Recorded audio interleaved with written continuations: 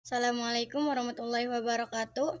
Yang saya hormati Ibu Siti Nurhayati, MPD CHOM. Perkenalkan, nama saya Lilis Harmawati dari kelas 1F reguler dengan nomor absen 29 dari kelompok 7. Materi saya tentang aspek psikologis peserta didik dalam perspektif Islam dan psikologis. Artikel saya berjudul tentang pendidikan keimanan sebagai basis kecerdasan sosial peserta didik dalam psikologis Islam. Dan yang saya hormati juga kepada teman-teman saya sekalian. Baiklah, saya akan mempresentasikan materi saya dengan mengawali basmalah. Bismillahirrahmanirrahim. Abstrak artikel ini bertujuan mencakup arti penting keimanan dalam pendidikan sebagai basis kecerdasan sosial peserta didik meskipun tidak dapat diukur secara konkret melalui data kuantitatif. Karena efeksi ini menjadi tolak ukur keberhasilan proses pendidikan dalam Islam, sebagaimana tujuan dari pendidikan Islam itu sendiri. Jenis artikel ini adalah penelitian keputusan, yaitu menelaah pokok masalah melalui literatur yang berkaitan dengan fokus masalah tersebut, sehingga ditemukan kesimpulan sebagai berikut. Pertama, manusia diciptakan oleh Allah Subhanahu wa Ta'ala, terlahir sebagai pribadi yang membawa potensi kecerdasan sosial, multidimensi kecerdasan sosial yang dianugerahkan oleh Allah Subhanahu wa Ta'ala kepada manusia, tidak lain bertujuan agar mampu mengembangkan tugasnya sebagai khalifah dan mengabdikan dirinya secara total kepada Allah Subhanahu wa Ta'ala dalam wujud keimanan dan ketakwaan kepada Allah Subhanahu wa Ta'ala. Kedua, pendidikan keimanan menjadi hal yang penting dan utama diberikan kepada peserta didik dengan cara memperkenalkan nama Allah Subhanahu wa Ta'ala dan Rasul-Nya, memberikan gambaran tentang siapa pencipta alam raya ini melalui kisah-kisah teladan, memperkenalkan kemahaagungan Allah Subhanahu wa Ta'ala, dapat memberi sekaligus menjadi contoh bagi anak-anak baik dalam beribadah maupun bermuamalah, menghargai kemampuan yang dimiliki oleh anak, memposisikan mereka bukan sebagai objek namun sebagai mitra belajar, dan memberikan apresiasi yang positif atas segala kelebihan yang dimiliki oleh peserta didik. Yang kedua ada pendahuluan.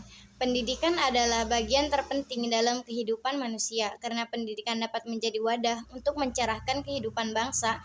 Pendidikan merupakan pelestarian tata sosial maupun tata nilai yang ada dan berkembang dalam kehidupan masyarakat sekaligus sebagai agen perubahan.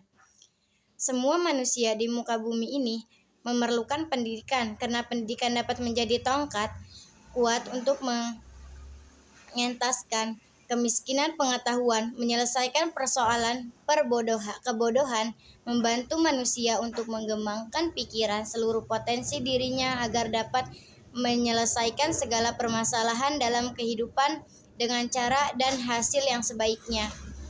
Yang ketiga ada metode penelitian. Metode penelitian ini dilihat dari sumber datanya. Penelitian ini termasuk jenis penelitian keputusan, yaitu penelitian yang dikaji, dilaksanakan dengan menelaah dan menelusuri berbagai literatur.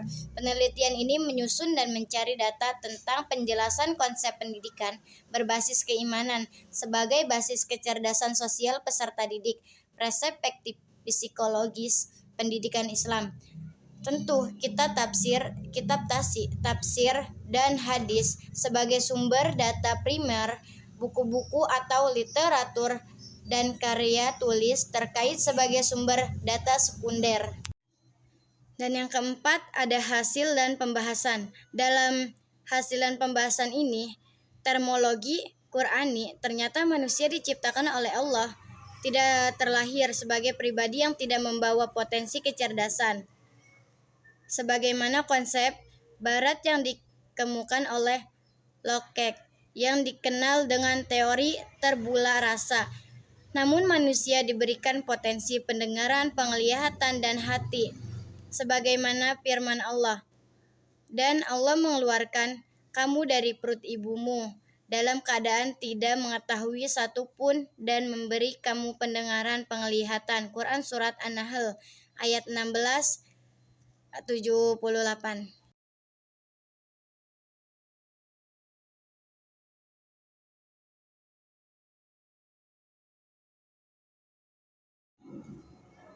Hasil pembahasan, teori kecerdasan ini dapat sebagai multi-intelligence.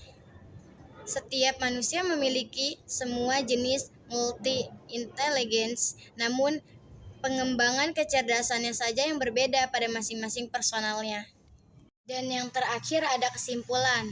Kesimpulannya, manusia diciptakan oleh Allah, terlahir sebagai pribadi yang membawa potensi kecerdasan sosial, multidimensi kecerdasan sosial yang dianugerahkan Allah kepada manusia, mengangkat derajat manusia lebih mulia dan sempurna dibandingkan dengan makhluk yang lainnya. Tidak lain bertujuan agar manusia mampu mengembangkan tugasnya sebagai khalifah dan mengabdikan dirinya secara total kepada Allah dalam wujud keimanan dan ketakwaan kepada Allah Subhanahu wa taala.